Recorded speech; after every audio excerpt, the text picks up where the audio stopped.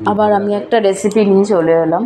এখানে মাছ করা হচ্ছে, কালো জিরে ফোড়ন দিলাম, এটা টমেটো পিউরি করে রেখেছি সেটা দিচ্ছি, আর মশলাটা ভালো করে কষে নেব।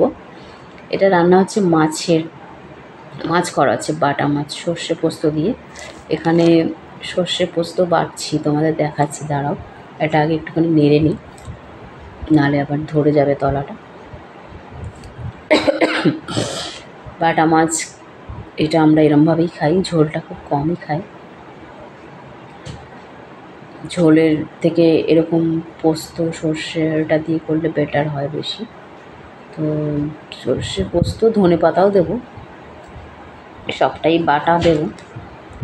এটা একটু নেড়ে নিই, তোমাদের দেখাচ্ছি, নাহলে ওদিকে গেলেই দেখাতে এটা তলাটা ধরে যাবে। এই যে এবার পোস্ত আর সর্ষে সব বাটা দিয়ে দিলাম। এটাকে দিয়ে ভালো করে নাড়তে হবে, নাহলে তলাটা ধরে গেলে না তিতো তিতো হয়ে যাবে।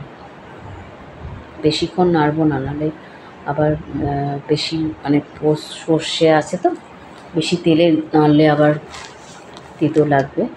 পোস্ত, সর্ষে, ধনে পাতা, টমেটো পিউরি, কালো জিরে ফোড়ন দিয়ে করা হচ্ছে। আর মাছটা ভাজা হয়ে গেছে আগে, তোমাদের সেটা দেখাতে পারিনি। আর এখানে এবার একটু নাড়ার পরে একটু কষুক, তারপরে জল দেব। নুন দিয়ে দিলাম আগে, একটু নুন দেওয়ার পরে কিছু কিছু মশলা দেবো, বেশি মশলা দেবো না অ্যাকচুয়ালি, কারণ সর্ষে পোস্ত পড়ে গেছে, এর থেকে বেটার আর কোনো মশলা লাগে না। একটু নুন দিতে হবে, নুন দিলাম স্বাদ মতো। এবারে একটু দেবো হলুদ,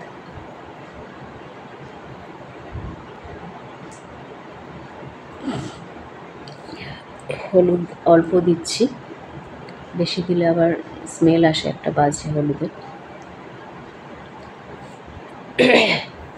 আর একটুখানি দেবো লঙ্কার গুঁড়ো, জাস্ট কালার হওয়ার জন্য,